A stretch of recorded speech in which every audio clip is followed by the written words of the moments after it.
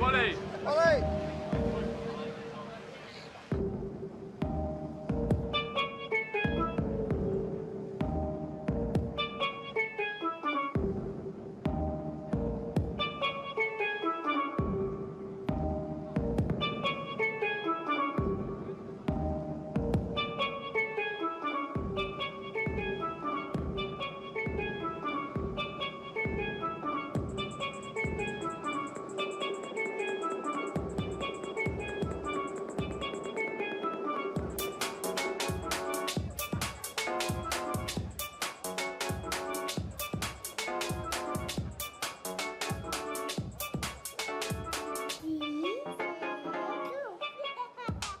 Love so man, and was proud of you. In such a short time span, feel like I will soar. As I grow older, Mic three, mic three, mic. you grow wiser. Watching my mistakes, never rise where I'm going.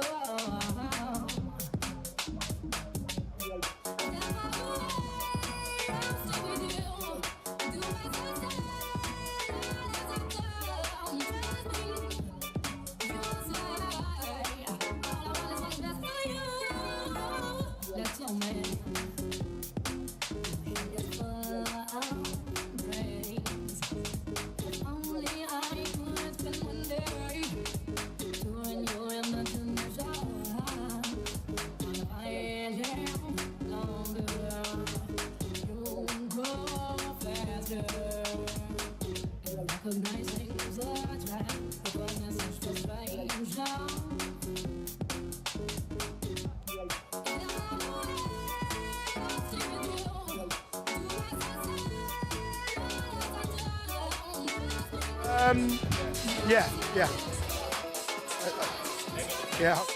Walk-off air by then.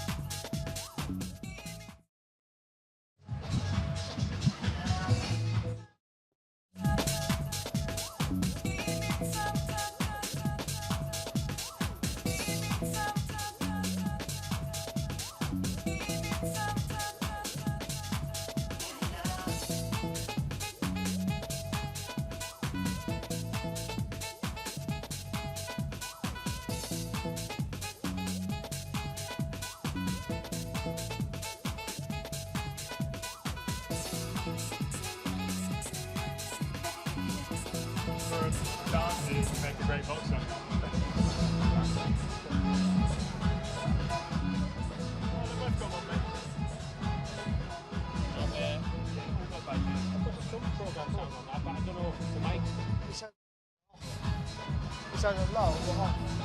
Yeah, I had that yesterday. Yeah.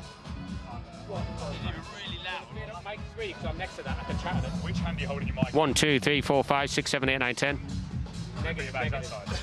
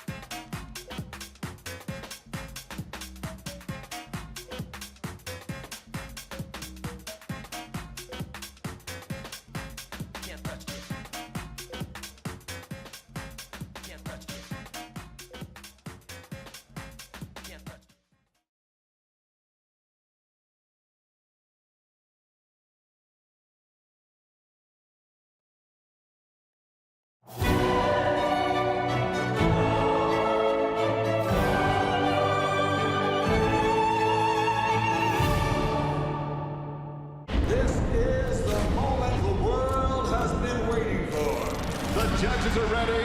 The fighters are ready. The boxing world is ready. The fight starts now! Let's go. How do you like it? Close the show.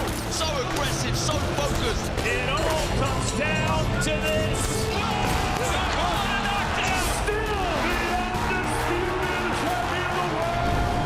Media workout live on DAZN. All right, you know what we're here for, right? Day 2 is media public workout. You know what that means, right? It's the first time that we see the fighters put on some gloves and throw some hands. Now look, some fighters do that, some fighters do absolutely nothing, but stay locked in because you never know what could happen. This is day 2, media public workout, and it starts right now.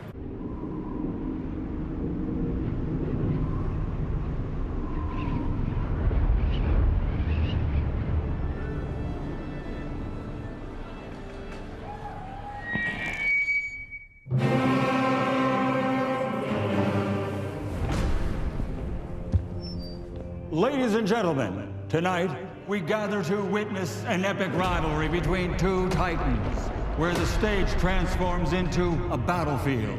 Let the spectacle begin!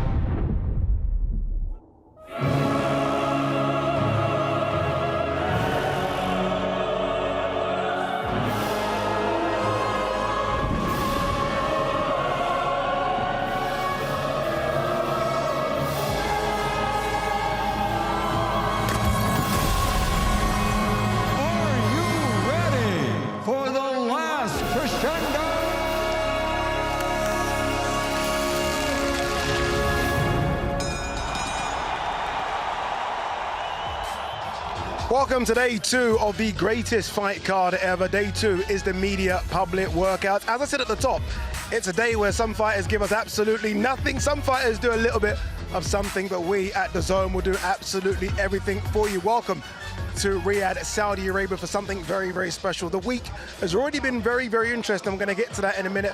Welcome to Barry Jones. Welcome to Darren Barker as well. Do you remember the last media workout Beterbiev did?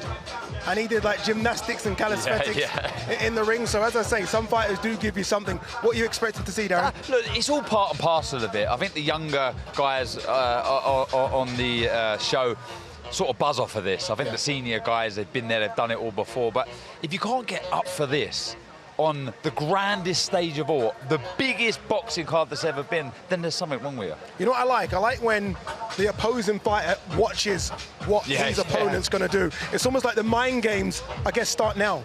Yeah, and also because some fighters actually make it a little bit of a workout, give us sort of a minute of proper pad work. Most of them just walk around, stretch a little bit, and you don't want to give too much away. I don't think it makes a massive difference now, because they've seen enough of you. And if this is not for them, this is for the fans. So it's a media obligation that they have to do. I don't think anyone wants to do it, but you know, people get another good look at them all week. It's, you know, it builds the excitement, and I think it's an added plus, I think. I did say it's been an interesting day in boxing, an interesting 24 hours. Conspiracy theorists being thrown all over the place, fingers being pointed as well. Chris Mannix and Sergio Mora are on the main stage to kind of fill the blanks in for us. Chris. Well, Sergio, it wouldn't be a boxing fight week without a little bit of drama. We have some in the lightweight title fight featuring Shakur Stevenson and Floyd Schofield. Floyd Schofield withdrawing from this fight, citing an illness. The timeline as we know it is that on Tuesday, Floyd wasn't feeling well. He went to the hospital to get checked out. He missed the grand arrivals here on Tuesday on this stage. And on Wednesday morning, it was decided that he could not go through with this fight. Sergio, your reaction to Floyd Schofield's withdrawal? Well, I'm up in the air because what was the actual prognosis? Was it dehydration? Was it exhaustion? Was it injury? Was it food poisoning like his father said? We don't know. That's what's concerning here. That's why everyone's really picking holes in his stories. I'm giving him the benefit of the doubt. He's 22 years old. We know that he was the biggest underdog out of every big name on this list. He was the one that was least expected to win. So maybe it was the prognosis was cold feet. That's what a lot of fighters think. We don't know, all right? So all we do know is we hope he rests up, he comes back, and he gets another opportunity because he's a young kid with a bright future. Yeah, look, if you're sick and you can't go through with the fight, that happens. I do think it's a bad look by Floyd Schofield Sr. to be throwing out all the accusations that he was throwing out over the last 24 hours with no real proof ultimately behind it. He did start to backtrack on that earlier today as well. We still will have a fight, a 135-pound title fight. Now, I can confirm that Sergio did not throw his name into the mix to be the replacement. Couldn't make it to 135, but Josh Padley can. He is getting down to 135 just a few days before this fight. He is top 15 ranked by the WBC. What do you think of Josh Padley's chances coming in on short notice? Hey, credit to Josh Padley for taking this fight. So yes, he is undefeated. He's a tricky fighter. I mean, he has good hand speed, good foot speed. He's coming off a win against a southpaw. Shakur's a southpaw. That's a good look. So you could take some positives here. This is a big moment for him, a huge moment to beat a 3-division world champion. Sometimes greatness can happen. Who knows? What do you think about the adjustment that Shakur Stevenson is going to have to make? He had spent weeks preparing for Floyd Schofield. Now he gets Josh Padley. Whenever you got a great boxer like Shakur Stevenson, who's been through the Olympics, who's been through multi-divisions, beaten some of the best fighters in the world, Padley's not going to be an issue. Padley is not going to be an issue. But the problem is, adjusting. So that might take some rounds, but he's still going to get the job done. Well, we don't get Stevenson-Mora. That's sad, but we do get Stevenson-Padley for the 135-pound title. Guys, we'll throw it back up to you. In a world where big Riyadh season cards happen, pullouts happen, if you're a fighter, it's the idea, this is the perfect time to stay ready, don't get ready. Yeah. And I guess if you're Josh Padley, you're a guy that's always in the gym, you're staying ready, because as soon as Chris Mannix said 135 pounds, I kind of gave you guys the look like, how is he going to make 135 pounds? I almost thought this would be 140 non-title fight, 135 pounds. It's going to be difficult whatever weight he was, but not everybody walks around the stone over their weight. 12 pound over their weight, 14 pound, whatever it is. Some people do stay around that 4, 5 pound, 6 pound. So it's still going to be hard, but he can make it. We've all done it for late notice fights. Have to shift a little bit of weight, and it's difficult. But the motivation to box, arguably possibly the best lightweight on the planet, maybe certainly one of the brightest stars in world boxing, and the box here on this bill, which unrivaled, might never happen again. I wouldn't say no. I mean, I'd try and make lightweight now if I could.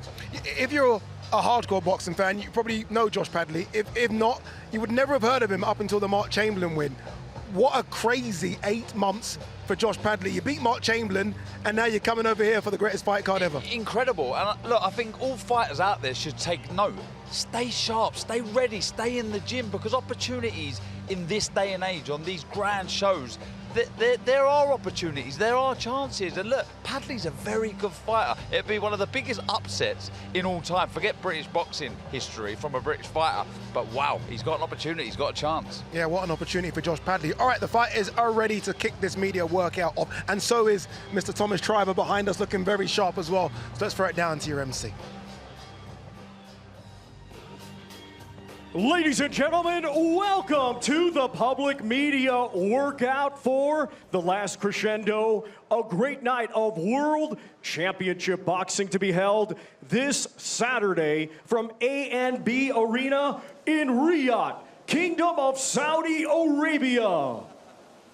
We would first like to thank the Kingdom of Saudi Arabia and the custodian of the 2 holy mosques, King Salman bin Abdulaziz Al Saud, His Royal Highness, the Crown Prince, Mohammed bin Salman, and His Excellency, Chairman of the General Entertainment Authority, Jia, Turkey, Alakel. This great event is being brought to you by Riyadh Season and the General Entertainment Authority, Jia, with Frank Warren for Queensberry Promotions, Eddie Hearn for Matchroom Boxing, Bob Arum for Top Rank Incorporated, Gold Star Promotions, Oscar De La Hoya's Golden Boy Promotions, Boxer, World of Boxing, Warriors Boxing, and Sella. Along with their great sponsors: Saudi Tourism Authority, Saudi National Bank, STC, Dr. Suleiman El Habib Medical Group, Saudi Airlines, New Muraba Development Company, Taunia, Hunger Station, Lucid Motors, and Al Tanfidi. A big thanks to those great sponsors. It will be shown worldwide and in the UK on DAZN, and also in the UK on TNT Sports Box Office and Sky Sports Box Office. And now, boxing fans, let's get the workouts started. started. Our first two fighters competing this Saturday in a scheduled 6-round super featherweight contest. First, we will welcome undefeated with 2 victories. He hails from right here, Riyadh, Kingdom of Saudi Arabia. Let's welcome mighty Mohammed Alakel.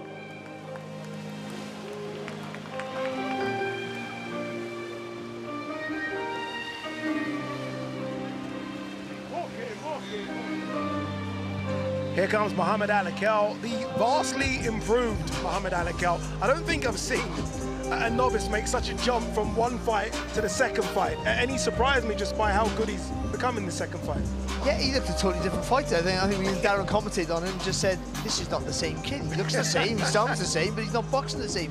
He just, when you go, like, especially when you're amateurs to pro, you're light on your feet, you've got to settle down a little bit, but he dramatically settled down. There was more weight in his punches, he had more time to do his work, Darren, and he looked a new fighter. Do you know what it was like? It was almost like the first fight, he would have been nervous and anxious, etc. And after that fight was finished, it was as if he said, well, that wasn't too bad. I look forward to doing that again. And he's gone in there with, I don't know, just an air of confidence that it wasn't alien anymore. And the way he just grabbed the fight by the scruff of the neck, got behind the jab, worked behind beautiful, crisp, sharp combinations against an opponent, Ade, who you were screaming and shouting about, like Joshua Ocampo. No, I wasn't. I don't remember. It was such a long time ago. I can't remember. You were saying how good he looked and he spoke well. But this man didn't give him a chance. He dropped Ocampo. He looked vicious. He looked spiteful. And, you know, if that's a platform to build up of with these big shows, I mean, look, it's very exciting for Joe Gallagher and the team. Yeah, no, but Dan, I think you're right, really. The Ocampo was the sort of fighter that now sometimes has ambition now and again, and this is the perfect opportunity for him to try and be impressive. But Alakel put him in his place very early and dominated.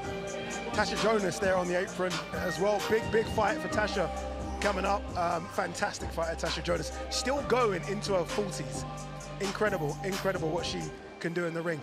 Back to Alakel. In terms of the obvious improvements, Darren, you mentioned the jab. Anything else stand out from the first fight to the second fight? Yeah, what's difficult with these fighters, certainly on these shores, etc., they don't get the caliber of sparring that we do back in the UK, in the States, etc., and that makes it very hard to improve on your defence. Shots coming back at you, and I was impressed with how good he moved his feet, how good he defended against shots coming back to him, because that takes time, and I always believe that fighters starting out should concentrate on defence before they worry about shots being thrown. If you can look after yourself, if your opponent can't hit you, they can't win.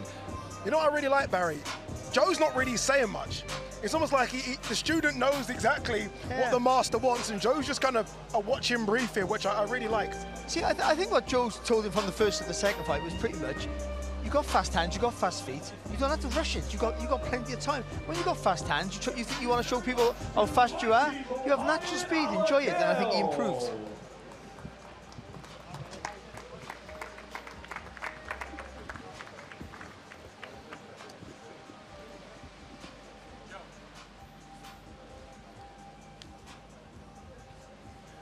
Oh, Mohammed, a couple of days away from your big fight. How are you feeling going into this? Yeah, I'm feeling good. All the hard work is done, and I'm just looking forward to putting on a show for my fans. Joe, you're here training Mohammed. I know just recently you revealed your cancer diagnosis. A lot of people certainly concerned about your welfare. How are you feeling? Yeah, good as gold. Life goes on as normal. I'm really looking forward to Mo's fight now. His third fight on the big stage. Huge thanks to Turk, Spencer, James, everyone at Gold Star Promotions for getting him on it. And I really do feel we have a talent and possibly Saudi's first world champion in another 8-10 fights. So you've seen a lot of good fighters. What do you like about this young man?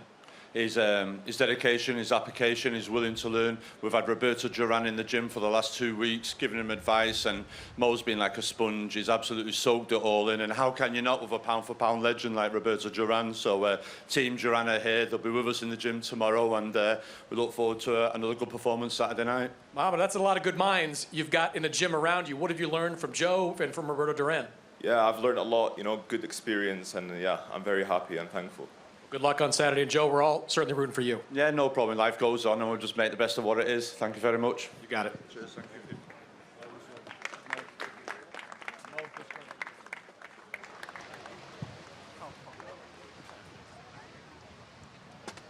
Yeah, again, just to echo what Chris Mannix said there about Joe Gallagher, obviously we got the horrific news that Joe Gallagher is at a stage now where he's got stage 4 bowel and liver cancer. And look, it's awful news. So look, I guess all of us think about him, his family, and pray for a speedy recovery. 100%, yeah, echo all of those sentiments there. Top man, he's a fighter, in and out, so yeah, wish him all the very best. All right, let's go back to Thomas Triber to introduce our next fighter. And now let's welcome to the ring a native of Chinandega, Nicaragua, and now fighting out of Bratislava, Slovakia. He is a veteran of 53 professional bouts. Let's welcome Angel El Cohete Gomez.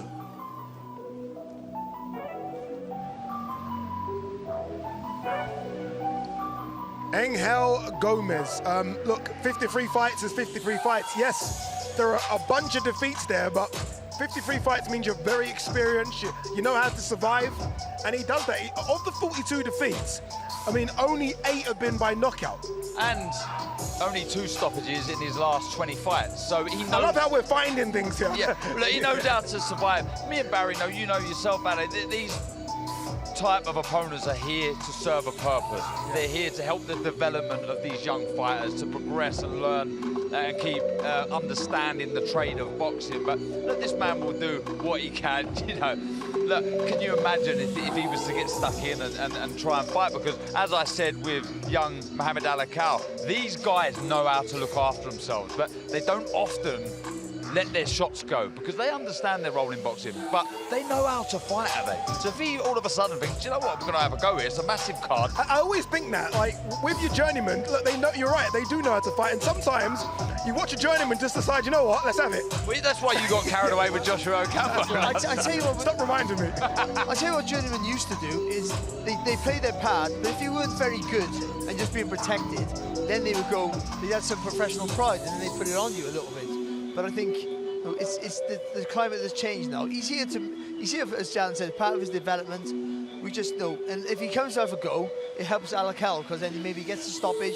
He can put his work together well. If he covers up and goes into his shell, then Alakel's got to show something different. He's got to be a bit more forceful. So he's got to try and open that defence. And again, whatever it is, it's all learning development. Just having, if you can, when the coach is telling you in the corner, go at the next round, do what he's saying. I know that's unique to only to boxing because any other sport, everything's competitive from the offset. Because it's such an intense sport with a short career, you have to have these development fights to make it to a championship level. It's so interesting watching journeyman and the profession just of a journeyman because you're watching him here and you can see all the attributes of a good fighter.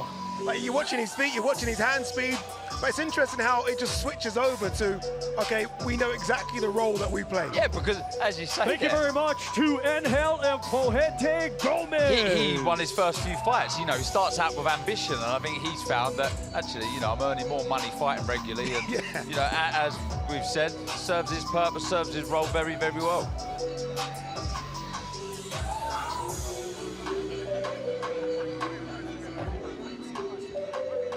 Well, Angel, welcome to Riyadh. Big opportunity for you here on this fight card. How are you feeling going into this fight?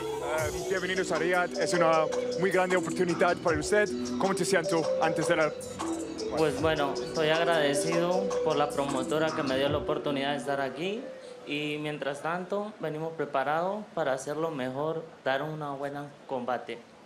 It's good to be here. He's been training hard, he's ready for this, and he's looking forward to the fight on Saturday. You were undefeated through your first 8 fights, have not been able to get a win since. How anxious are you to get that win on your resume? Los primeros combates usted ganó muchos los primeros y después no ha ganado muchas peleas. Ahora, ¿cómo te siento para ganar un más grande combate? Pues bueno, en este momento me he dado la oportunidad de entrenar bien para venir a dar un buen espectáculo acá y que gane el mejor. He wants to be the best. He's been training hard to get a big opportunity and show his best. Good luck, Angel. Thank you.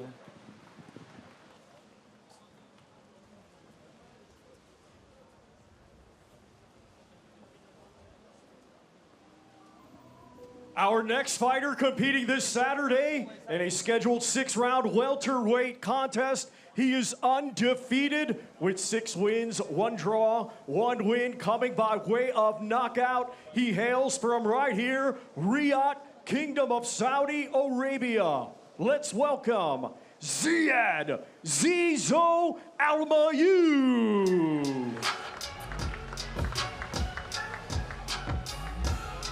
I was in the gym with Ziyad Almaayouf. We were talking about Buddy McGirt, and I asked the honest question, like, how much time do you get with Buddy? Because the camp full of champions, full of more elite fighters, and he said a lot of time. And that surprised me. He said Buddy's very, very hands-on, and I like that, because I almost thought like he's almost an afterthought for Buddy, but it's not the case. He gets exactly the same time as the other champions. Yeah, and this means an awful lot to him. He really wants to do well in the sport of boxing. He lives and breathes it. His story is remarkable. This is not just a hobby. This is not just a job. This is his life, and he wants to get better. So being around someone like Buddy McGirt is so important for your development. I like his shift in mentality now. He's not seeing this role as the flag bearer of Saudi Arabian boxing as a pressure, more as an honor.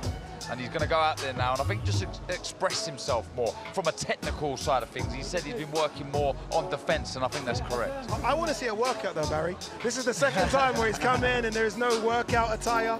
And look, I understand it, but I would like to see you throw a bit of hands. Certainly with the cold I mean, that's weather. what it is for, isn't it? Yeah, I mean, it's do something. You do, but I think, you know, I think the whole thing with Almaayouf is that, you know, he came on the scene, thought it was all going to be easy for him, I think, to be honest. He's such a lovely guy. I thought it was all going to be easy, and he's found out that, and it's been good, but it's been more difficult than he thought, and he's learning so much, but I think he has to simplify things, I think. And I bet you in the corner they've been doing that.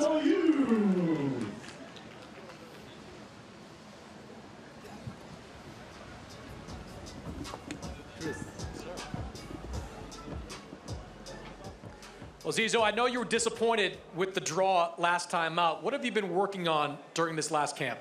Was disappointed. Now I know that this is what I needed, what I wanted, but we only learn later on, and that's what I love about this journey. You know, I am the first ever Saudi pro fighter. I'm going to have bumps on the road, and I love being the first, and I want to be the first world champion, and I want to do so many firsts, but what's more important is to be the first of many. I want to show the younger generations coming after me that when you have these small bumps on the road, you just keep going. Persistence beats talent, persistence beats even hard work. But I learned a lot from my last fight, regardless of the decision, and that's the mentality I'm going into this fight as well. Head movement, defense, but all that will not work if I'm not calm and composed. As long as I am calm, composed, and I am not a victim to the pressure, I'm a superhero because of the pressure. And that's what I want to feel. I did a long training camp in Liverpool. I feel like it's blown back the spirits into me and the confidence, and I can't wait to fight. I love this journey. The day I get used to it is the day that I failed myself. You're an easy interview, Zizo. Good luck to you. Thank you, Chris.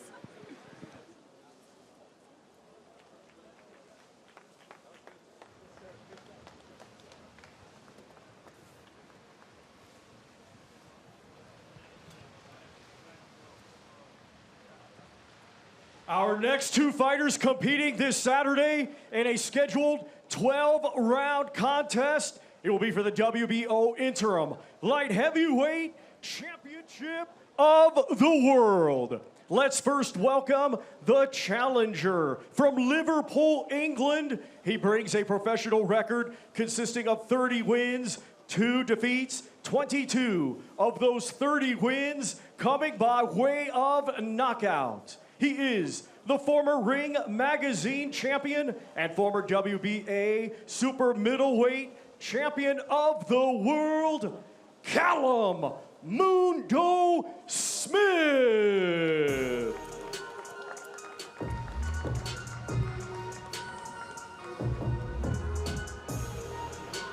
Barry, what an intriguing fight this is. What a great fighter this man walking to the ring is as well. Callum Smith, I mean, incredible at super middleweight, only lost to the great Saul Canelo Alvarez, only lost at light heavyweight to Artur Beterbiev. I mean, it's not a bad career, is it? No, he's got a really good resume, Callum Smith, and also a tall fighter who can box just effectively close up as he can, arguably better close up than he can at range. So you know, he knows what he is, he knows what to do at the right time at the right time. He's had a vast experience with wins and defeats, and the only question is, how much does he have left? I think he's got enough left to give Buatsi. Is that desire, or is that, when you say that, do you mean desire or do you mean like physically? I think a bit of both, actually. Okay. You know, I mean, what did the Artur Beterbiev fight take out of it? Making weight, all that. Just no, boxing takes its toll on you. Just, and even the business side can wear you down a bit.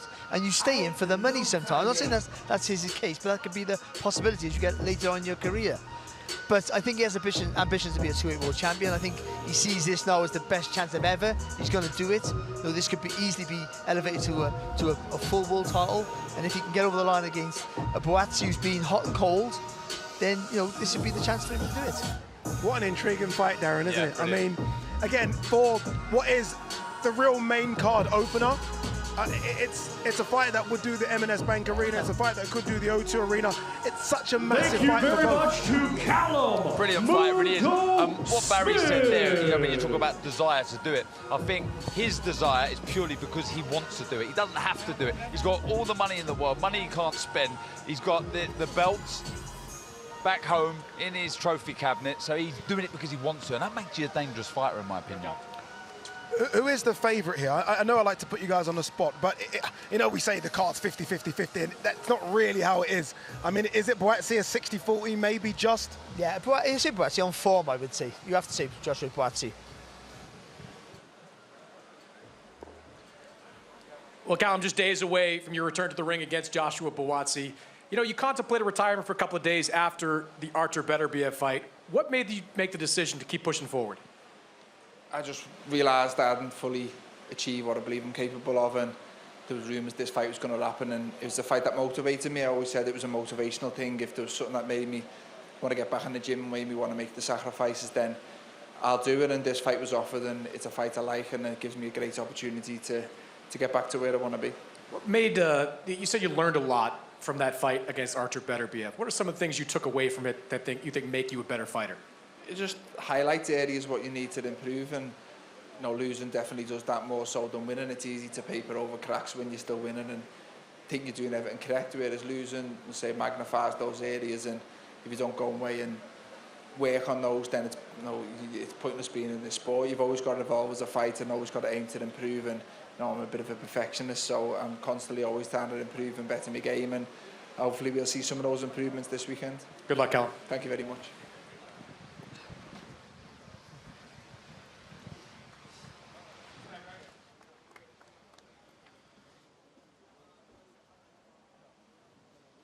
And now let's welcome the defending champion from London, England, a 2016 Olympic bronze medalist, now undefeated as a professional with 19 wins. 13 of his 19 wins coming by way of knockout. He is the reigning and defending WBO interim light heavyweight champion of the world, Joshua Buatsi.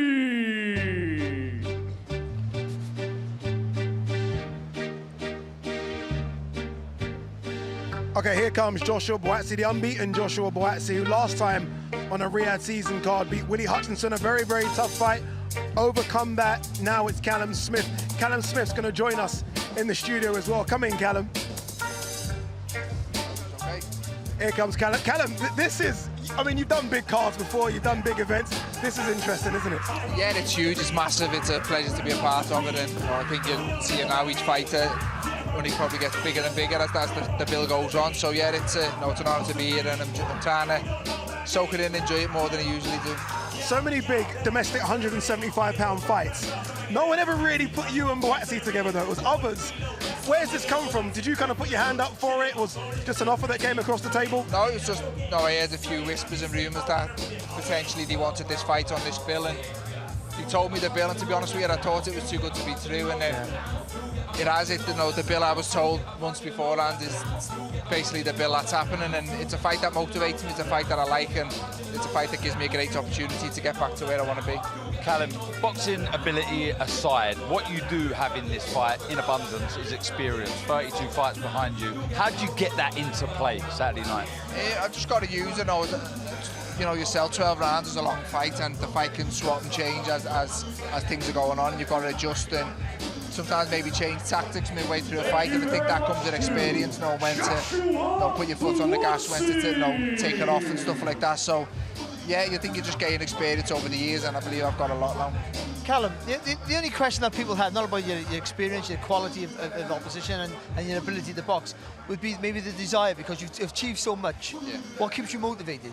Just achievement. I want to be a 2-weight world champion, and I believe I'm really close to achieving it, and I believe I'm good enough to do it. If it didn't, I wouldn't be standing here. I wouldn't be making the sacrifices I make at home. So yeah, I can see where people are questioning that, but look, if I didn't believe I was good as I used to be, or I didn't believe I was good enough to go and achieve it, I genuinely wouldn't be standing here now today. So no, I'm confident I can do the job the weekend. Callum, let's quickly hear from your opponent, Joshua Buatsi. Well, Joshua, you're a pretty even-keeled guy, but do you start to get a little more excited as we get closer and closer to the fight? It is. I think every fighter feels the same way. Yeah, man, we're a few days away. Had an open workout here, but you've been working with Virgil Hunter as part of your training regimen. What has he brought to your game? A lot, man. As always, we can always stand up here and say so much, but it's better to demonstrate. So Saturday's a good opportunity. You had to make a sacrifice to go to the U.S. to train with Virgil. Why was it important to you to make that sacrifice? It's important. It pays off in here. The time away alone, it builds me. So when I get in the ring, I know I've paid the price. We've seen Callum in with some great fighters over the years, Canelo Alvarez, Artur Beterbiev. Can you learn anything from those fights about what it's going to take to beat him? I'm myself and my own fighter, so when I show up on Saturday, then you have something to talk about. Good luck, Joshua. Thank you. Callum, let's get the most important question out of the way very quickly. Liverpool 3, Villa 1 today? Salah double? Yeah, hopefully, yeah, the win at any means possible. But yeah, hopefully we can get the win and get another 3 points. Callum, good luck this weekend. I think a lot of people can't believe this is opening the card, because it's a main event, but good luck this weekend, Callum. Thank you very Top much. man, cheers. Thank you. Thank you. Thanks, buddy. Good to see you. Our next two fighters competing this Saturday in a scheduled 12-round contest, and it will be for the vacant WBC Interim Heavyweight Championship of the World. We will first welcome from Bochum, Germany, undefeated with 25 wins, 17 of those 25 wins coming by way of knockout. He is the undefeated former two-time EBU European champion and the #1 ranked contender by the WBC. Here is Agit Kabayel.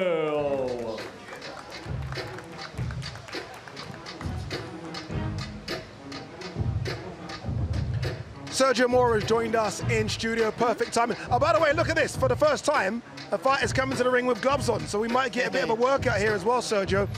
I said this the other day, I'm going to repeat myself. I think Agit Kabayel's the most underrated top heavyweight. Like, when you think of the top 6, top 7, everyone talks about the other guys apart from Kabayel. And you want to be like that because you want to be the underdog. I mean, this is the type of moment that, you know, every fighter thinks of. You have the skill, you have the record, you're coming off your 2 biggest wins of your career, so you have the momentum against a fighter that's vulnerable. So these are 2 big men with power. This is a moment of a lifetime for Kabayel. Is that true, Barry, what I said? Is he underrated? Because everyone talks about the other names around him apart from him, I think. See, when you talk about other fighters, like say Dubois, you go, watch out for that jab, watch out for the power. You know, but then another fighters, you know, Usyk is brilliant silky skills. With Kabayel, you don't pick anything out massively to go, that's the weapon to be careful of. But what he is an all-around fighter. Yeah. He does nothing fantastic, but everything well. And you might think, you know, all right, maybe at the very, very, very, very top, the elite, that falls short. But I think he's underrated. I think what's really good, is most impressive with him, is his fight management in the ring. I think he knows what to do. He gets the tactics right every time. Makhmudov, perfect. Sanchez, perfect tactics. And he'll need that on Saturday night. Is it a simple case of If this goes early, it's Zhang. If this goes late, it's Kabayel, because we have seen Zhang, we've seen the gas tank run empty. Absolutely, and not only that, but nobody's really tested Zhang's body. Kabayel tested Sanchez's body. That's how he was able to knock him out. Anytime you're dealing with heavyweights that go to the body, heavyweights usually ignore the body because they're always going for the head. They got that big eraser, especially with that right hand. This man likes getting on the inside. He's a volume puncher. He pushes fighters back, but it's the body shots that are going to be the telling factor. In the land of the giants, he's quite small. I mean, obviously Usyk is the exception to the rule, right? But I mean, Zhang's going to come here and we'll see him. He's 6'6", 290 pounds. Kabayel's what, 6'3", 230? Yeah, but I mean, it's not ideal, I understand that, but also someone being small and short, and I say this obviously knowing well all about that, can be a friend because you can get underneath that, you can get underneath those jabs, you can slide into distance, you can move around the target quicker. And I do think that, no, it's not always Zhang early. If Zhang can keep knocking you down, he can stop you late. But Kabayel's got a good engine, and if he can be busy, he can put Zhang in plenty of trouble.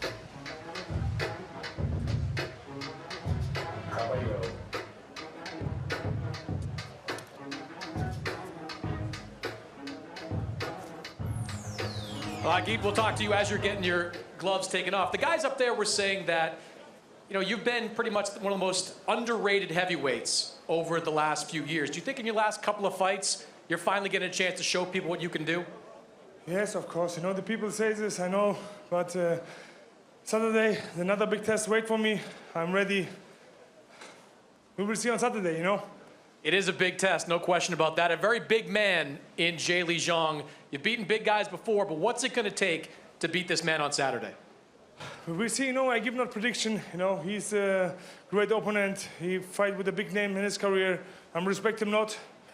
But Saturday, Chinese power fight with the Kurdish power. Last time we saw you in the ring with a 6'6" fighter, you knocked out Makhmudov. Do you think you could knock out Zhilei Zhang? Inshallah. We will see on Saturday. Good luck, Agit. Thank you.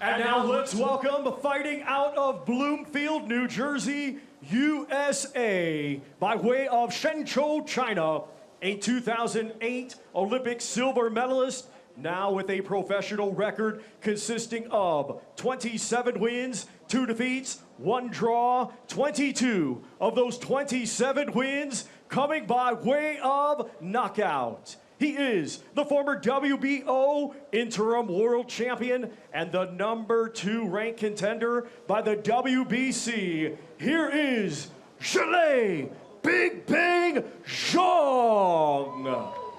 Kabayel, I'm ready. Saturday, I bang you. Not it. This man is a real problem in the heavyweight division. A lot of people talk about his power. I think they forget the amateur pedigree as well. He can do a bit of everything, because Zhilei Zhang. Has he improved the gas tank?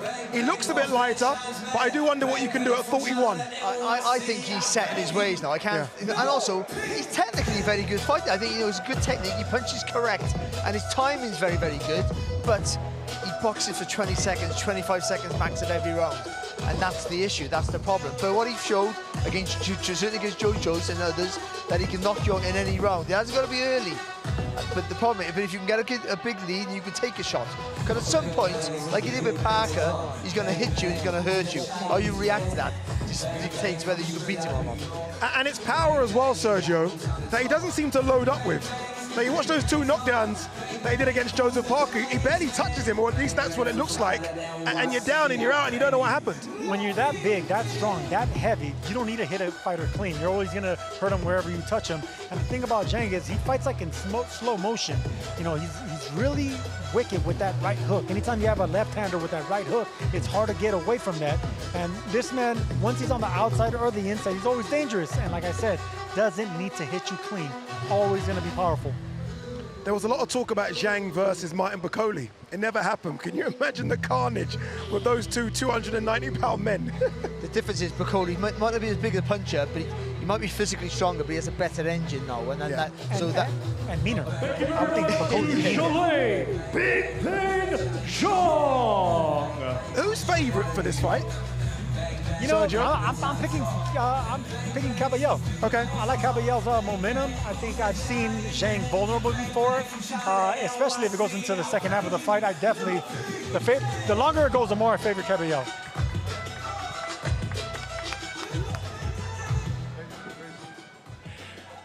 Well, Zhilei, just a few days away. By the way, still the best theme song of anyone walking out here. How are you feeling going into this fight? 这还是最好听的主题歌之一啊！你今天感觉怎么样？哎，我发现，然后给我创作了好多我的主题曲，我很喜欢。Whoever created these songs, I love you. Your relationship with your trainer, Sean George, goes back to your days in the amateur ranks. Your career as a pro has really taken off since he's become your full-time trainer. What has he brought to you? What's made a difference? 你跟老肖是从业余时期就一直到职业时期，那最近他这么几年的时间，给你带来了什么变化呢？带来很多变化，带来了现在有时候约比赛都约不上，然后很多人都避战我，然后前2天我还告诉他，我说你把我练得太强大了，然后都不愿意和我打。Well, I blame him for making me the most avoidable fighter in the division, but I love him. We saw you look kind of not so great against Joseph Parker, and you looked brilliant against Deontay Wilder. What Zhilei Zhang can we expect on Saturday? 跟帕克的这一场呢，打的可能很多人觉得不是特别好，跟维尔德打的特别好。这周6会有什么样的表现？比打维尔德更好。Way better than when I was fighting Wilder. Good luck, Zhilei. Thank you.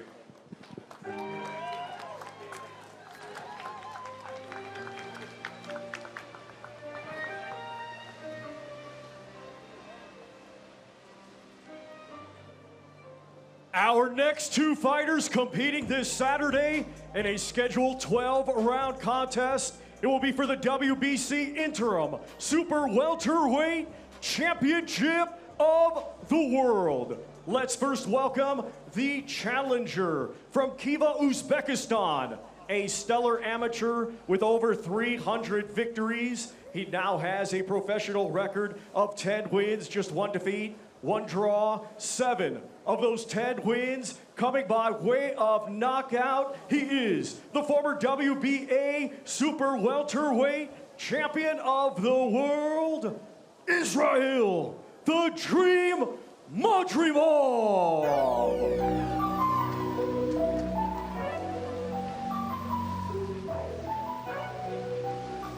Barry, the more people I speak to during fight week, the more people are leaning to this as the fight of the night. Israil Madrimov, you heard it there, over 300 victories as an amateur. I mean, that's incredible. And so far as a pro, just the 1 defeat, and that's to Terence Bud Crawford. It doesn't count. It doesn't count. He is a very technically gifted fighter who I think is developing and finding out he has a bit of power as well, more than before. But with a lot of people boxers from his region, it's the movement, the way they get it, that semicircle around the body, the way they take that, the little pivots and the twists and the turns, and they hit you from angles, you don't know where they are, you can't respond to that. He has a fighter up against him who's going to come right at him, the punch long, and that's going to be difficult for him. Not that he's going to be aggressive, the fact that he punches long, Ortiz, and so Madrimov's going to try and time that without being on the end of that power. But he has the boxing brain, the ability, I think, to adapt to that. In the gym yesterday, I saw him hitting a bit of pads, and his movement very similar the way he bounces on his toes to Bivol. It was almost, I was trying to, it's like Bivol, but also he kind of throws these weird shots like Golovkin used to do. You know where he kind of turns his hand right at the end? I'm not trying to say he's Bivol Golovkin combined, but you can kind of see what I mean. He's got a bit of everything. We call that the corkscrew punch, where it comes over the top, on the top of the head or around the guard. You got to find a way around a boxer's glove when they have that earmuff defense. But I'll tell you one thing, Virgil Ortiz Jr. has that earmuff defense where he has his guard up. That's going to work against Ortiz because he's going to give a target to Madrimov. So not only is the footwork going to be key, the angle's going to be key, but he's going to keep hitting the gloves. Anytime Ortiz comes forward aggressive, it's going to work in the hands of Madrimov. Thank you very much to Israil, the Dream. He's brilliant, but I would say though, as brilliant as he's been, I'm a massive fan. His resume is not stacked. No, you're right. He's only had 12 fights, that's why, to be fair. But I mean, and what he's done in 12 fights has been phenomenal. But I mean, he's not stacked, so he's up against a really experienced fighter in Ortiz. Well, Israil, first off, you turned 30 years old this week. Happy birthday. How do you feel in a new decade of life? Поздравляю тебя с днем рождения. Как ты чувствуешь себя с наступлением новой декады? Assalamu alaikum, everyone. Hey, I'm feeling great. You know, this month for me it's especially my birthday, my coach's birthday. You know, my brother's birthday because it's especially months and especially fight. Inshallah, I'm feeling great.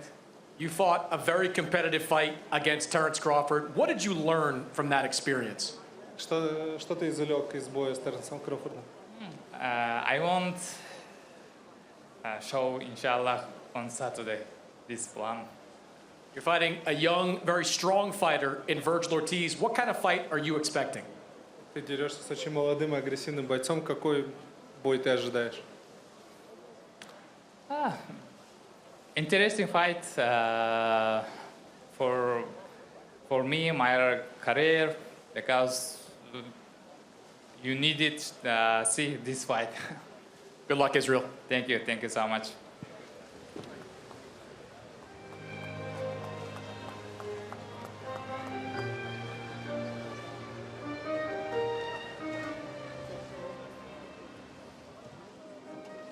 And now let's welcome the defending champion from Grand Prairie, Texas, USA. He is undefeated with 22 wins, 21 of those 22 wins coming by way of knockout. He is the reigning and defending WBC interim super welterweight champion of the world, Virgil Ortiz Jr.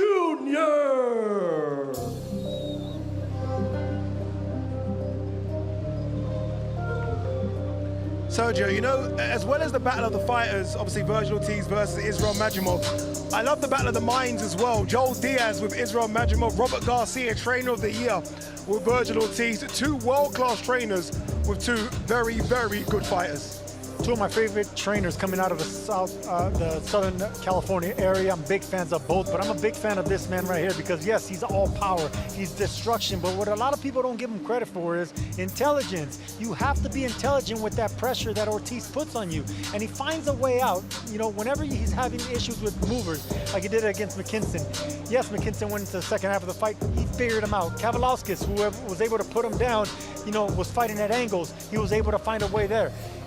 The thing about his opponent, the thing is he's gonna have to face a mover and a boxer, but he'll figure it out. Virgil is that special to be able to figure out fighters like Madrimov. I'm so happy as well that we've got over the hump. Obviously, look, medical problems before, which kind of hindered his ability to fight at 147. 154 pounds is his weight class. You look at him and he's almost perfect for the weight.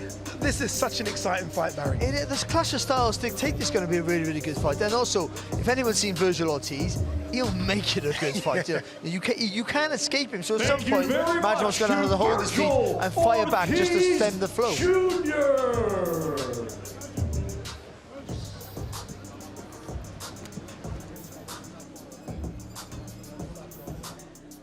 Well, Virgil, I know you've been waiting a long time for this opportunity to fight here in Riyadh. How are you feeling a couple of days out? I'm very excited, man. I'm very motivated, and I'm ready to go, man. I'm ready to fight, you know. You know, there are a lot of new rules being out here. It's not the same as in the U.S., including that midweek weight check. How are you feeling physically going into this fight? I feel great. You know, it's ain't nothing but chicken wing, you know. So it's cool.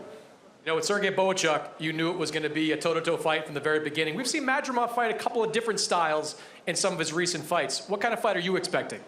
I'm expecting a chess match, but you know, exciting at the same time. You know, it's not going to be boring. It's going to be a fun one for the fans. What do you think is the key to beating him? Just being myself. Good luck, Virgil. Thank you.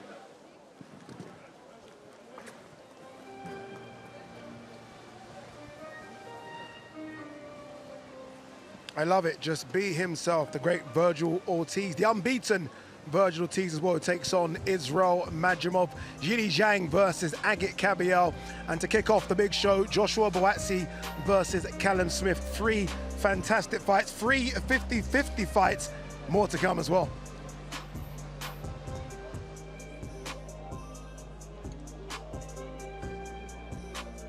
Our next 2 fighters competing this Saturday in a scheduled 12-round contest, and it'll be for the WBC Middleweight Championship of the World. Let's first welcome the challenger from Ilford, Essex, England. He is undefeated with 21 wins, 17 of those 21 wins coming by way of knockout. He is the undefeated former EBU European, Commonwealth, and WBC silver champion, and the #1 ranked contender by the WBC. Let's welcome Hamza Sheeraz. I'm the Alpha and the Omega, the star player, you're a liar. Big capper, a pump faker, seen you around, but you never. So far, so good for Hamza Sheeraz. It's better than that, in fact. It's so far perfect for Hamza Sheeraz. He's had his blips, Barry, but he's always overcome them. This is the toughest test, though. This is the acid test. This is a real step up from what he's been boxing. He's been boxing with really good kids. Zamal Williams, and Tyler Denny was on a massive role in European champion.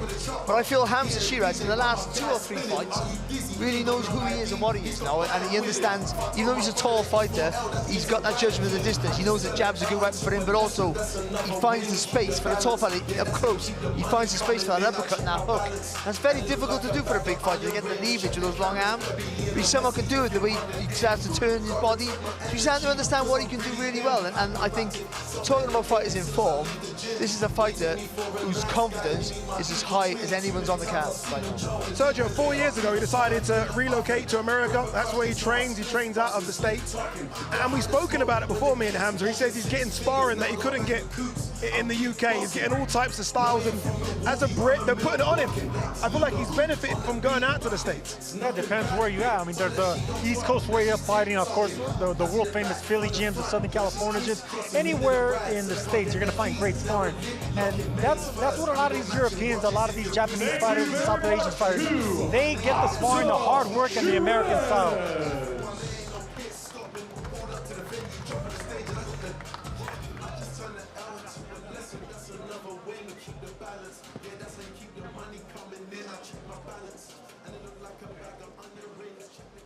Well, Hamza, you've been asking for this opportunity for a few fights now. You finally get it. How are you feeling as we get a little bit closer? Yeah, alhamdulillah, I'm feeling great, ready to go.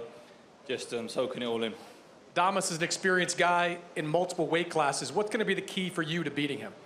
Just staying disciplined, listening to Ricky, like I said, doing what I do and just enjoying it as well. Not sure if you caught what he said yesterday, but he said the plan on Saturday is to decapitate you. Your thoughts? Good luck to him. Good luck to him. Good luck to you, Hamza. Cheers, thank you.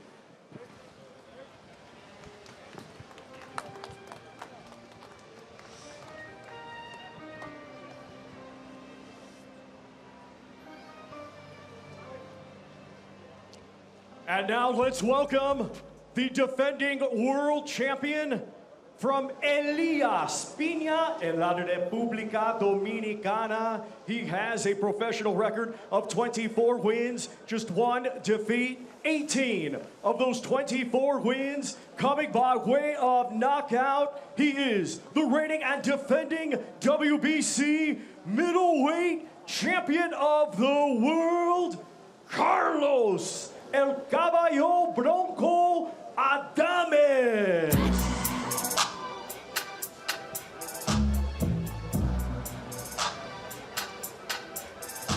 Carlos Adames, the current WBC middleweight champion, making his way to the ring. You look at a couple of those victories there. Sergei Derevyanchenko, fantastic victory. J. Rock Williams, remember, a champion at 154 pounds, great victory as well. This might be his biggest as he takes on Hamza Sheeraz. Hamza here with us in studio as well as coming into studio. Right there, Hamza. Yeah. I almost felt with that interview with you and Chris Mannix that the fight mode's on now. Yeah, like smiles are gone. Yeah. It's short, the workout's short and sweet. You're now ready, Hamza. Yeah, that's it. Biggest fight of my life Saturday night. I'm feeling cool, feeling calm, but yeah, laser focused and locked in. This is what you've always wanted, right? You've called for those world title shots. You've called for Adames or Alam Kanali. You've got Adames. What do you make of him as a fighter? He's a good fighter. He's a good fighter. Someone I've been watching for a long time as well. And now I'm sharing the ring with him. He's a champion, a proven champion, and a champion I want to beat. Yeah. What happened to you for like the last 2 or 3 fights? You've always been a good fighter, but the last 2 or 3 fights, something changed in you, and you just, the belief has gone beyond your body. You just look phenomenal. Like you know what you're doing when you're going to do it. What was the catalyst for that? Do you know what it is? I think it's spending so much time in Los Angeles, rubbing shoulders with all these world champions, sparring them as well. And then you've got the likes of Hall of Fame trainer Joe Goosen in my gym. When someone like him tells you you're going to be a star, they're almost correct, aren't they? So hearing them words of people like him and then going in there, you just have this different sense of confidence and belief. Hamza, you're a middleweight. How long are you going to be a middleweight? I'm sizing you up right now, man. How do you make weight? How do you make weight? To be fair, I don't know. It's not easy. It's not easy, but it's not too difficult as well. So I reckon for the next, maybe, God willing, I'll get over Saturday night, maybe 2 or 3 more fights at 160. You're an intimidating figure, my man. Well done, Hamza. Honestly, good luck. Thank you very much. Saturday, well done. Thank you. Thank you very much. Cheers. Thank you. Well, Carlos, you have come to Riyadh with a lot of confidence going into this fight. What makes you so confident that you can get the job done? Viniste a Riyadh con mucha confianza. ¿Qué te da tanta confianza que tú vas a poder ganar este sábado? Mi trabajo, mi dedicación en el gimnasio, mi forma de trabajar, mi equipo de trabajo, cómo me manejo dentro del ring, mi fortaleza, todo es un complemento. My work ethic, my team, my hard work, my ability inside the ring, and my whole camp process.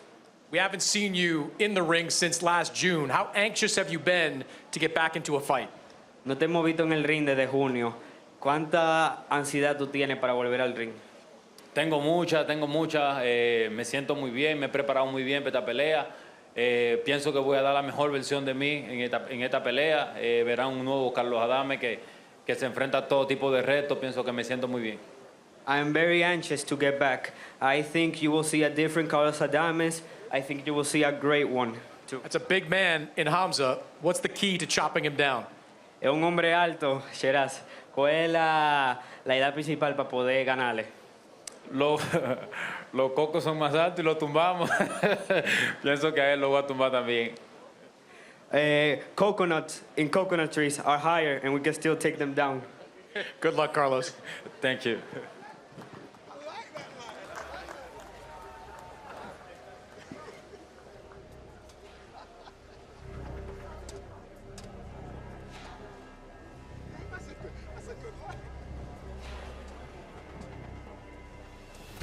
Our next fighter competing this Saturday in a scheduled 12-round contest, and it will be for the WBC Lightweight Championship of the World.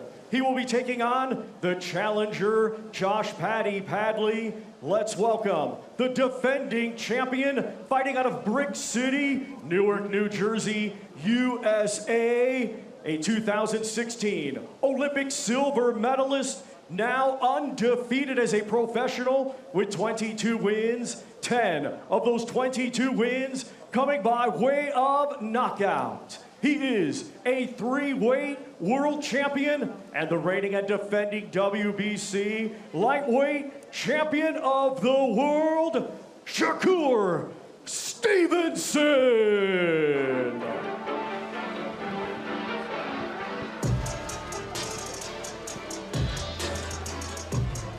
What a 24 hours for that young man there, Shakur Stevenson. Obviously, look, Floyd Schofield scheduled, and he would have been hearing about the rumors about Schofield falling ill way before we found out. Then he finds out Schofield is out. He didn't know whether or not he was going to fight, and then he gets Josh Padley.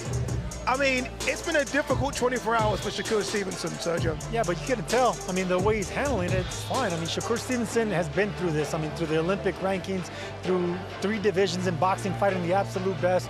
He's calm, cool, collected, and that's because he's a sniper from that southpaw stance. He has the speed, he has the ability, the footwork. I mean, there's nothing this man can't do, and now he's on the big stage, so adapting to plan B or C, I mean, it's all a day's work for Stevenson.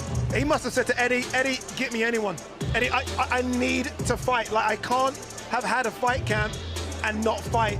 And you can tell that they've delivered. And I think they've delivered him an opponent that's going to try and win, not an opponent that's going to lay down. And I think everyone here is just excited to see Shakur Stevenson fight on Saturday. There is nothing worse than a fighter, one, either yourself getting injured and having to pull out of a fight, or your opponent pulling out and doing all of that hard work, as you say, going through a camp and not getting the end goal. Horrific. Thank you very much to Shakur Stevenson. Oh, thank you.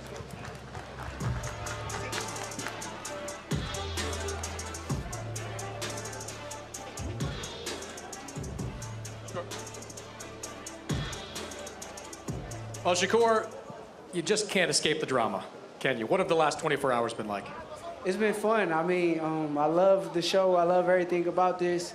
I'm still on the card. The show must go on, so I'm ready to put on the show. You actually predicted that Floyd Schofield would not make it to this fight. How did you feel when you found out he had pulled out? I was already kind of expecting it. I knew the kid was scared from the start. I knew he was scared from the jump. When I seen him, he was definitely scared, so I think he a punk. When they brought the name Josh Padley to you, what was your immediate response? Yes, I mean, I watched one round. I'm in shape. I mean, they could have sent anybody. They could have said, Lomachenko, let's fight. I'd have said, let's do it, so. You say you don't watch a lot of film on your opponent, so you just going in there trying to do you? I mean, I know me at my best could be anybody at their best, so I'm the best in boxing, and I'm going to show y'all Saturday night. Good luck, Shakur. Thank you.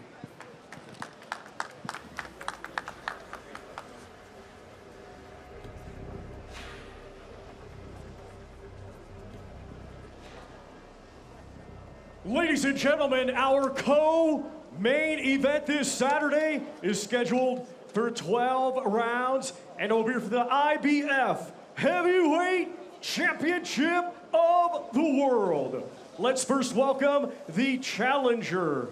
From South Auckland, New Zealand, he has a professional record of 35 wins, 3 defeats, 23 wins, coming by way of knockout. He is the former WBO Heavyweight Champion of the World, Lupesoliai La'auli Ale Maliatoa, a.k.a. Joseph Parker.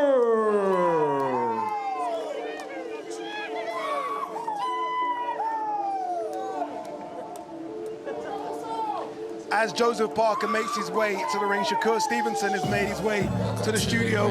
Shakur, you're smiling. I don't know how you're not going crazy. The last 24 hours, for me, have been crazy. Was there any fear that you weren't going to fight on the card?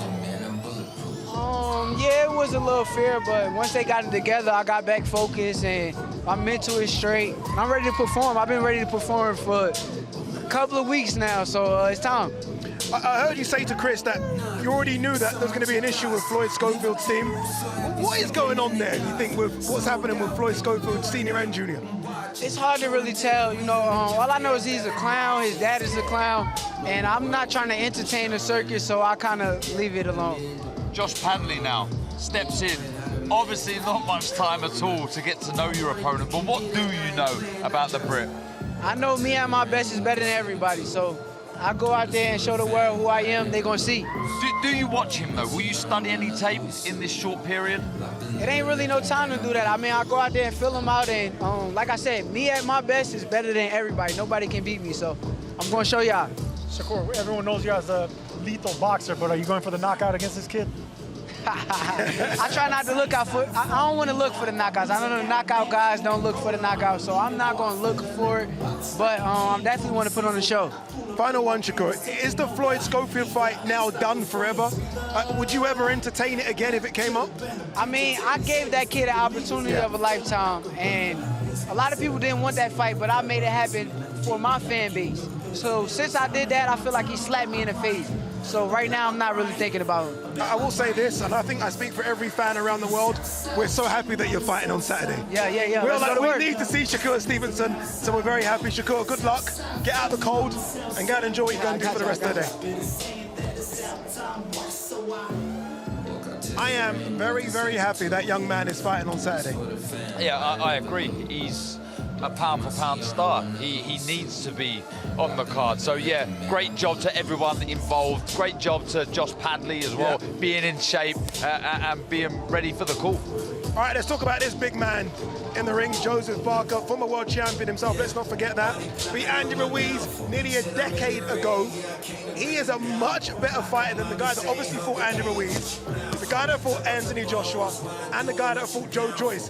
Just how good is Joseph Parker now? And the reason he's evolving into a better and better fighter the older he gets is because that man right there, Andy Lee, has been doing an amazing job with this resurrection, this resurgence of Joseph Parker, because we know that he's intelligent, he has the footwork, he has the size, but now he has the confidence, the championship confidence, and he knows how to fight big men.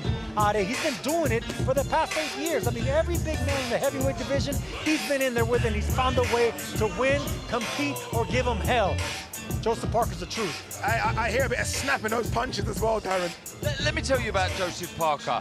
It's still unbelievable that he's only 33 years old, but there is no box that has not been ticked for him. He has experience, he has the great team around him now, he has the victories, he has the defeats, and it's what you take away from defeat. So for him, he just feels this is the perfect opportunity to be taking on Daniel Dubois, a man full of confidence. George Lockhart as well, I can see him just outside the ring. He's played a huge part in getting Joseph Parker in this great shape, this condition. This really is a fantastic fight that could top the bill anywhere in the world.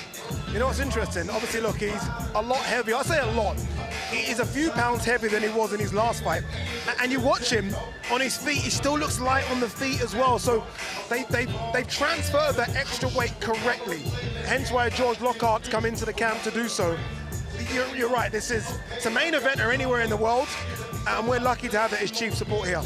Yeah, we really are. It's interesting. I give hand speed to Joseph Parker, but foot speed to Daniel Dubois. So at some point there's going to be a real clash. Okay, so, then let's quickly play this game. Hand speed to Daniel Dubois. Yeah, no, to Parker. Foot speed to Dubois. Dubois' feet are very underrated. Ring intelligence. Either of you can answer. Ring very quickly. Come on, ring intelligence. I would go ring IQ Joseph Parker because of the fights he's had, the people he's been in with, and the experience that he does have. Intelligence, Parker. Foot speed, Parker. I disagree with you. Power, there. very quickly. Let's do it. Come on. Power is, of course, is going to be on the other side. Yeah, okay, just testing you. Just testing you. Well, Joe, I don't think too many people here in Riyadh have been as happy as you to be here. You've been smiling all week long. How are you feeling a couple of days before this fight? You know what? I actually feel fantastic. I've done all the work, and I'm well prepared, and I just want to go in there and put on a great display. But I'm very happy, and I'm excited, but I'm saving it all for fight night. So you work in the pads there for a couple of minutes with Andy Lee. You've talked a lot about what he's meant for you in your career. What has he brought to you that's been different? It's taken me a while to understand what he's been trying to teach me, but it's come at the right time. The last few fights I've had, I've been able to show what we'll be working on, and on a show it again on Saturday night. You've dealt with the power of Zhilei Zhang, of Deontay Wilder. How different do you think the power of Daniel Dubois is going to be? Listen, Daniel Dubois hits very hard. Bring it on. Good luck, Joe. Thank you.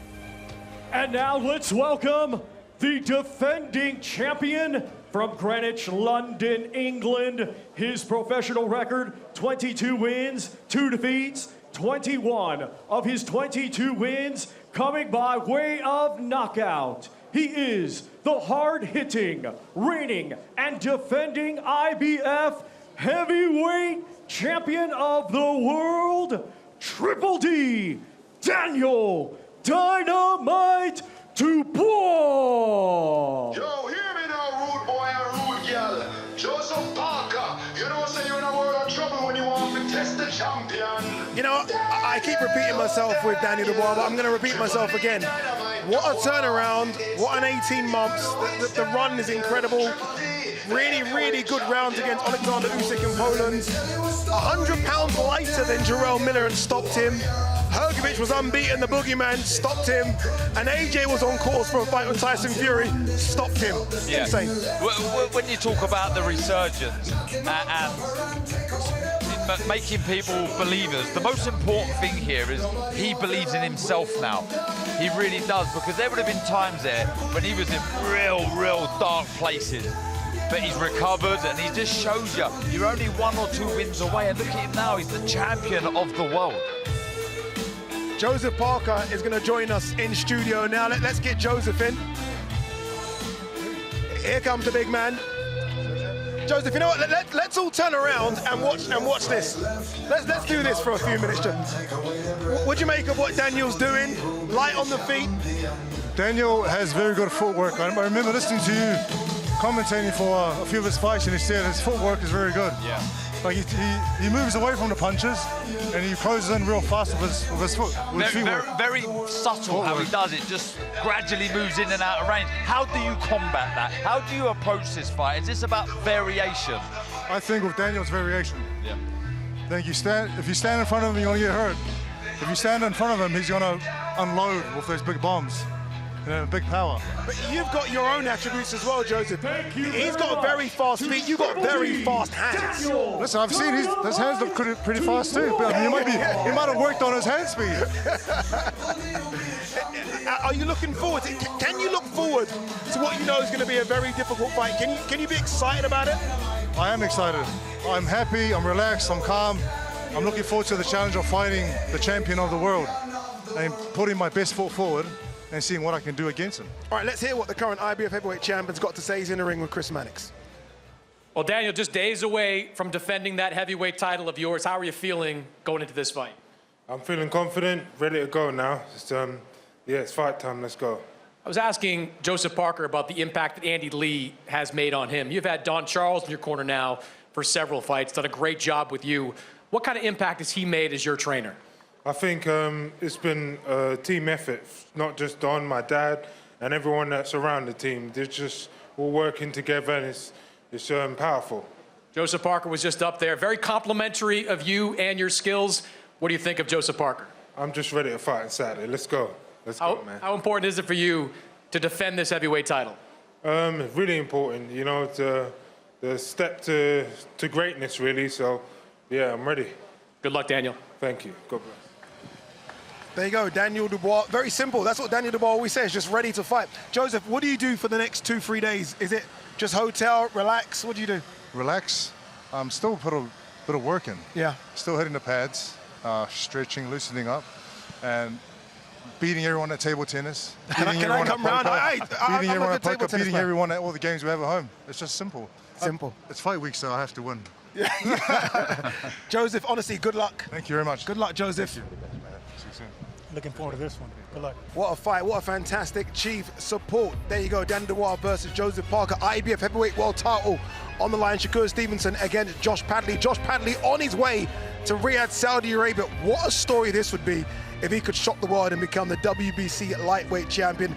And then Carlos Adames taking on Hamza Sheeraz. Hamza Sheeraz bidding to become the 11th British middleweight champion, following in the footsteps of the man in the studio with me, former IBF middleweight champion, Darren Barker. All that to come, but we have one more, so let's throw it back downstairs to Thomas Treiber.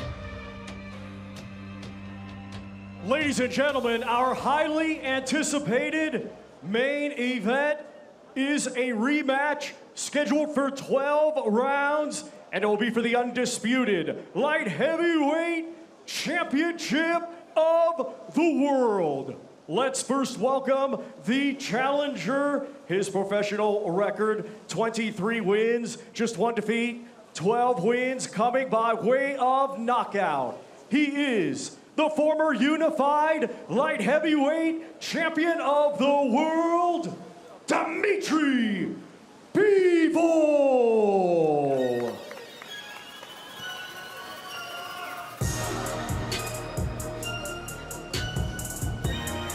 Here we go. What's on the mind of that man there, Dmitry Bivol? Is it redemption? Is it revenge? Is it becoming the undisputed light heavyweight champion of the world? So many questions will be answered on Saturday. What we do know, gents, and I'll come to you first, Sergio, this is round 13. This isn't round 1 of the second fight. They both know each other now. They've had 12 feel-out rounds. I think we're going to get down to action straight away.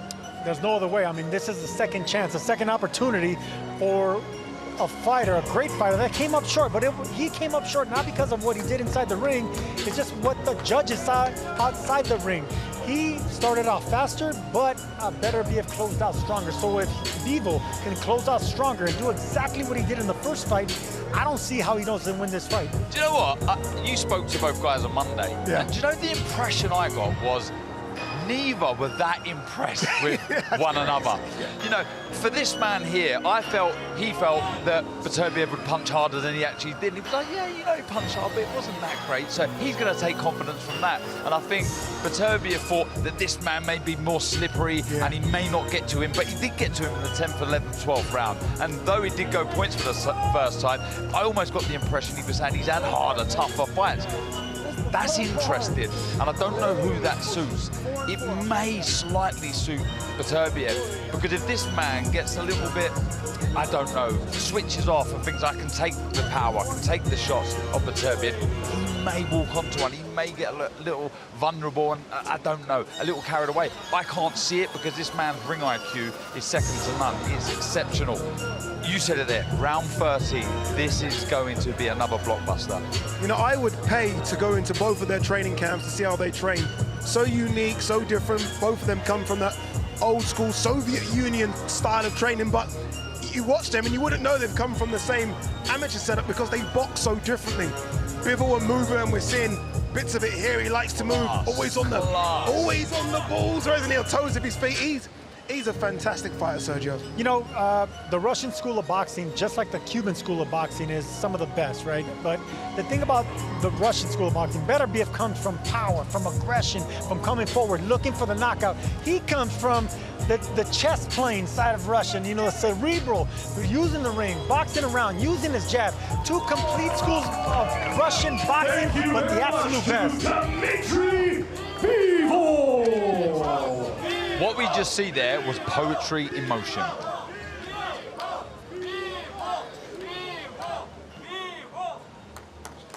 Well, Dmitry, it's been a long time since you were introduced as a title challenger. How are you feeling going into this fight? It's something new again. Challenger, it's new, fresh feelings. I like it. You went 12 hard rounds with Artur Beterbiev a few months ago. What did you learn from that experience? I learned that I don't like to lose, and I want to win. You've said this week that the biggest adjustment you have to make is to throw more punches. Does that mean you'll be taking more chances in the ring? Yeah, of course. Not only more punches, more movements, more better speed, better, more heavier punches.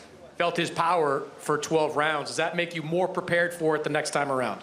It's not about to prepare against the power. It's more about to make yourself better and to be ready for all situations in the ring. Do you think this fight will look a lot like the first fight, or are you expecting a very different one? I'm so excited, like all of boxing fans, how it will be. This is why it's so interesting, I think. Good luck, Dmitry. Thank you.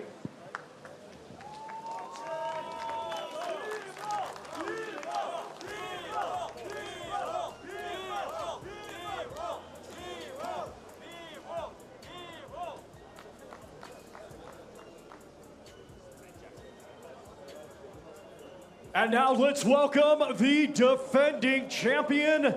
He is a two-time Olympian, now undefeated as a professional with 21 wins. 20 of his 21 wins coming by way of knockout. He is the hard-hitting Ring Magazine champion and the reigning and defending undisputed light heavyweight champion of the world, Artur Beterbiev.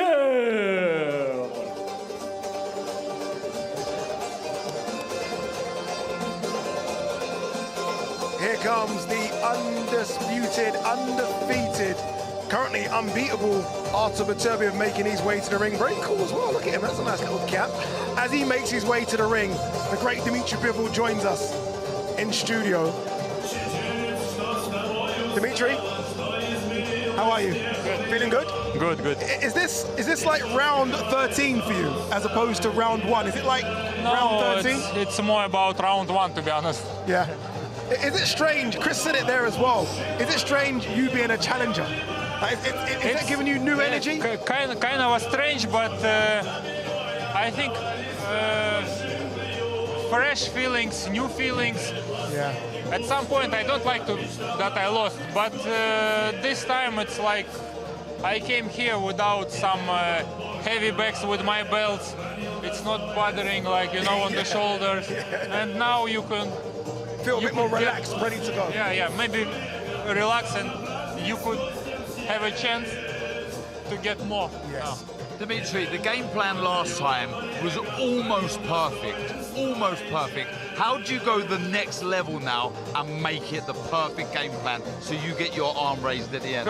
Perfect plan. It's similar, but more active. To be more active, more punches, stronger, faster. Everything is better. Just. Dmitry, do you feel that when you mounted attacks against Beterbiev, you were really effective? Do you feel there's a second phase of attack that you could throw? Second phase of attack? So when you attack, rather than retreat, go back again and work again, or is that a dangerous tactic? Yeah, it's you know, every time when you are repeating attack, it's more risky, but this is what we need to do, Yeah, exactly. Do you think you can knock out Beterbiev? Everything possible. It's boxing, bro. Yeah, it's true. But the power. Do you think you have the power to knock him out? Of course, everybody has enough power in our weight class to knock each other out. The knockout, it's not about power. It's more about timing. It's like in life, you know, when you don't see the punch, you don't get it, and somebody punch you. It's so hard, even in life and in the boxing also. Most of the knockouts when the people just cannot see it. Honest opinion, was his power greater than you expected, or was it as hard as you thought? No, I was. You know, when I'm preparing to the fight, I'm always trying to think about my opponents, that they're amazing. You know, they're hardest, fastest as I can imagine. What wins you the fight? Is it this or is it this? What wins you the fight? Is it your brain or your heart? This is why I love boxing. Everything should be the good level, you know. Some people, they don't have good skills, but with their heart, with their pressure from the heart, they're winning fights. And the fight against Beterbiev, you cannot rely only on one skill or only one good side. You have to use all your potential, all your skills. Dmitry, should we watch him a little bit? Should we have a look at Beterbiev? Do you normally watch your opponents when they do the workouts? Do you like to watch? I don't like to watch anybody fighting or training when I'm in my training camp, to be honest. So okay, I'm not going to make you watch then. You can go now, people. You can disappear. Would you do this? Tennis? Yeah, you do different type of things in training as well. No, it's just basic stuff. Yeah. In national team, we were doing it. Yeah. Dmitry, good luck. Thank you. In your bid to become undisputed light heavyweight champion. Thank you. I wish you good luck, brother. Thank you. You know, I always felt like you were perfect for 160 pounds. I look at Dmitry Bivol, and I always feel like he's perfect for 175. Like, it looks like someone that's never going to struggle to make the weight. Obviously, it will be hard, but someone that doesn't try to kill himself to make the weight to then rehydrate to a monster. I'm looking at his face right now, and his face doesn't look gaunt. He looks ready to go. Carl Frost was the same, wasn't he? One of those fighters just lucky to be around that weight and strong at it. Yeah, he looks very, very good. Artur Beterbiev there finishing his work. We didn't get any calisthenics this time, but we are going to get an interview. Let's hear from Artur Beterbiev with Chris Mannix. Well, Artur, here we are again. You and Dmitry Bivol, the undisputed light heavyweight championship, just a few days away. How are you feeling going into this fight? I'm not bad. Does it feel any different having experienced 12 rounds with Bivol the first time? You now have that experience to lean on? Yeah, it's different. Yeah, a little bit different, but it's good. It's good experience. You know, after that first fight, both you and your trainer, Mark Ramsey, said you can do a lot better the next time around. What can you do better? Everything. Everything. I will try to do everything better. Are you expecting a different version of Dmitry Bivol? Maybe. Maybe, we'll see. You got off to a little bit of a slow start in that fight. You've gotten off to slow starts at different times during your career. Is it important to you in this fight to get off to a faster start? You know, we'll see. Like, we never know how it's going. Good luck on Saturday, Artur. Thank you.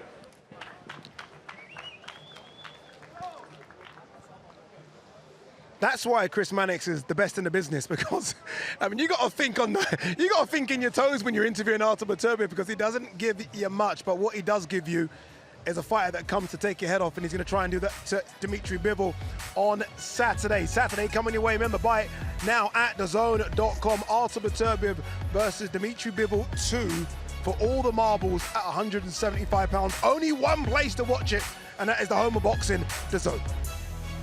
Undisputed global home of boxing is on DAZN, where the greatest fighters in the world and the best promoters in the game come together. We got a fight tomorrow, man! For boxing in 2025, that means more. What does the future look like? More fights, more knockouts, more shocks, more shakeups. The fight itself was just phenomenal. With big fights every month and over 150 a year, imagine what matchups could happen next.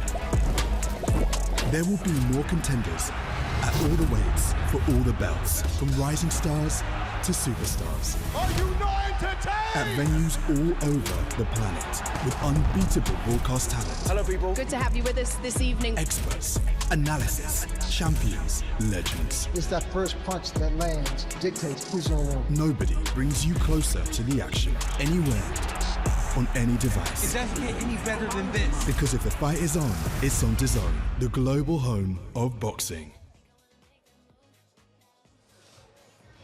There you go, day 2 wrapped. We've seen all the fighters.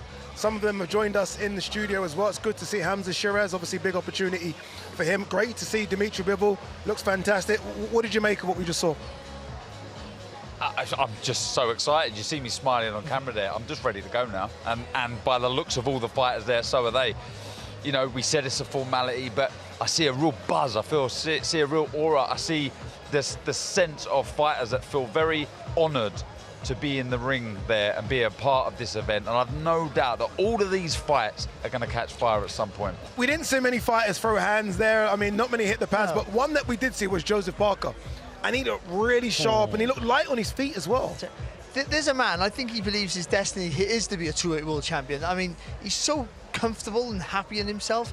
And I think that's why he did the workout. He's happy to please people. I just think he thinks that, you know, he got it all in him to win it. You know, he's a boxer on form. And what I did notice about every fighter we've spoken to today, it's fight week. And everyone except for the heavyweights have to make weight. And they all looked healthy. Yeah. And that's very unusual.